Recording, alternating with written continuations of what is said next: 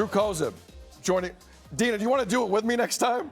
That's your favorite part of the show. Drew Kozub joining us from Winnipeg to talk all things digital. And there's a golf vibe to today's segment. Drew, good morning. How you doing? Good morning, Sid. I'm very excited. I got to wear my golf attire today, which is appropriate since we're talking Mario Golf Super Rush. Well, listen, Mario Golf, I played the original Mario Golf, Nintendo 64, back in 1999.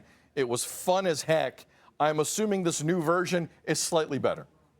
It is true to the spirit of the original with some improvements, mostly around the different gameplay modes. So Mario Golf Super Rush came out June 25th. And I mean, the big difference is there's these different modes. So adventure mode is your basic golf game, choosing the right club, mastering the traditional swing. However, there's party modes like speed golf, where you're playing against other characters and you get to run across the course to try to be the first to sink your ball in the hole. Or there's battle golf, where you play in an arena where you try to be the first person to sink 3 balls in 3 different holes. Very, very fun.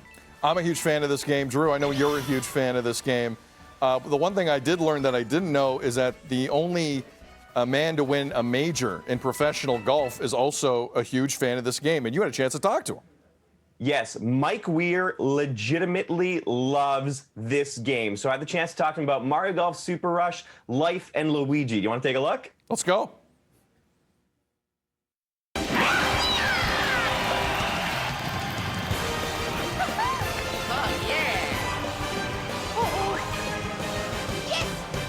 I always wondered, with sports games, if athletes end up having an advantage. As a pro golfer, Mike, were you instantly good at Mario Golf Super Rush, or did it take a while to get the hang of it? There's a little bit of both. There were some things that translated. I think, the touch and around the greens. I think, getting used to curving the ball, which I know on the golf course how to do quite easily, and then just getting used to timing it right to curve it and make it shape the right way. How did it feel when you got to put the green jacket on for the very first time after you won the Masters? Oh, it was an incredible feeling, to have, Tiger Woods won the year before, so Tiger was the one to put the jacket on me in 2003. It was a dream come true. It's like winning Wimbledon for a tennis player, winning an Olympic medal for all these Olympic athletes coming out, winning a gold. It's just, that same similar feeling. So that feeling never goes away. You would crave it. You want to have it again. You want to do it again because it's so special. Who would be your dream golf foursome? If you could pick anyone in the world, friends, celebrities, other athletes, who makes it into your ultimate golf foursome? My dream golf foursome. One would be Bobby Jones, Jack Nicklaus, who I've had a chance to play with. I love Jack. It's a tough one between Arnold Palmer and Ben Hogan. I've gotten to know Arnold Palmer a little bit, but I never got to know Ben Hogan and wasn't around for in his era. So Ben Hogan, I'll go with Ben Hogan. So those 4. Mike Weir, thank you so much. Appreciate it, Drew. That was fun. Thanks, man. Nice birdie. That's awesome. He seems genuinely into the game. How cool was that to talk to Mike Weir?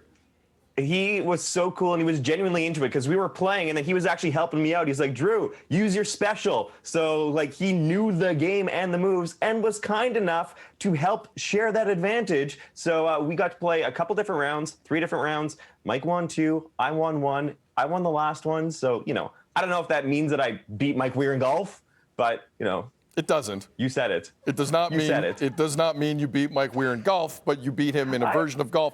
You do have that to put on your mantle, Drew. I won't dispute that. That's cool. Yes, and he chose Luigi, by the way. So if you want to know a little insider into his gaming history, because when he plays, his daughter always wants to be player 1, Mario. So Mike always is Luigi. Now these games, Drew, before we go, I know you touched on it. Mario Kart has a cult following in terms of people getting together and just literally having a party and playing this. It is the ultimate party game. Does this rank based on what you've seen as a party game?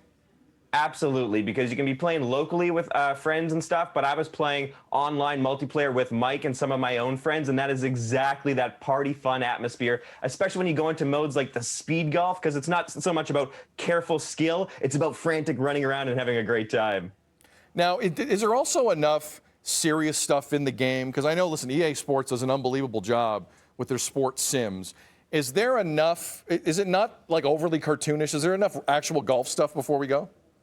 It does look cartoonish, but if you want to do like real golf in adventure mode, you're choosing the right club, you're mastering that swing, trying to get it perfect, taking in conditions like wind in the course. So if you want to play like a serious type of round of golf, this game will give you that as well. Drew Kozub, that was cool.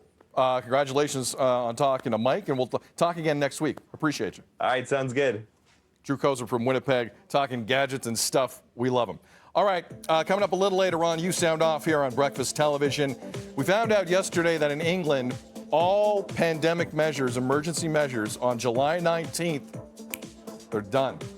Up in smoke. We're talking full stands at soccer grounds. It was interesting to read yesterday, and it got us thinking, when should Canada do the same thing? Obviously, we're not there yet. Government doesn't want to. But when do you think we should? 1-866-267-3797. Feedback at breakfasttelevision.ca, at Breakfast TV on Twitter 24/7. More BT coming up after this.